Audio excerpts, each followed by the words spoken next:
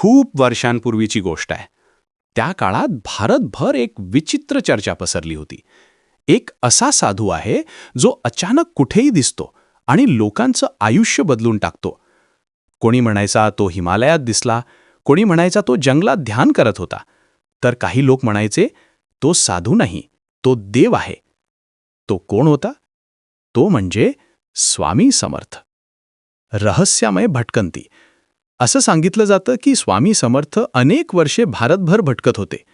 कधी ते बर्फाच्छादित हिमालयात ध्यान करत, जिथे सामान्य माणूस काही क्षणही राहू शकत नाही. कधी ते दाट जंगलात एकटे बसलेले दिसायचे, जिथे फक्त शांतता आणि निसर्ग असतो. आणि कधी ते अचानक एखाद्या गावात दिसायचे, जणू काही ते हवेतूनच प्रकट झाले आहेत. लोकांना एक गोष्ट कायम जाणवायची, हे साधे साधू नाहीत. काळ पुढे जात होता आणि मग एक दिवस नियतीने त्यांना महाराष्ट्रातील एका छोट्या गावात आणलं, अक्कलकोट. ते सुमारे 1850च्या आसपास तिथे प्रकट झाले असं मानलं जातं. पण इथेही एक मोठं रहस्य होतं.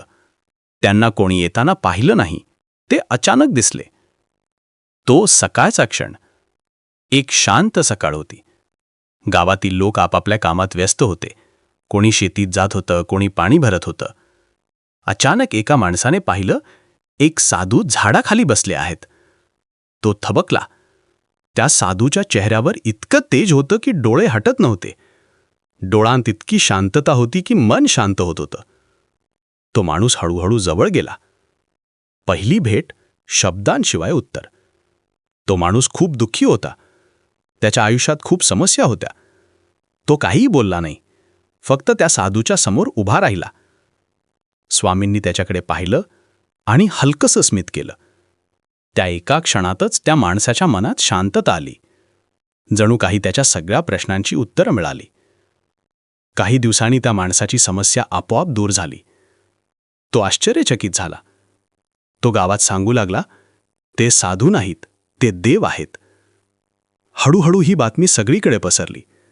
लोक दूरदूरून अक्कलकोटला येऊ लागले. कोणी आजारी होतं, कोणी दुःखी होतं, कोणी गरीब होतं. पण प्रत्येकाच्या मनात एकच गोष्ट होती, आशा. आणि आश्चर्य म्हणजे प्रत्येकाला काही ना काही अनुभव मिळू लागला. आजही एक प्रश्न कायम आहे, स्वामी समर्थ कुठून आले? ते कसे आले? कोणी म्हणतं ते योगी होते, पण सत्य कोणालाच माहीत नाही. खरं उत्तर काय आहे? भक्त मात्र एकच सांगतात, ते कसे आले हे महत्त्वाचं नाही, ते आपल्या आयुष्यात कधी आले हे महत्त्वाचं आहे.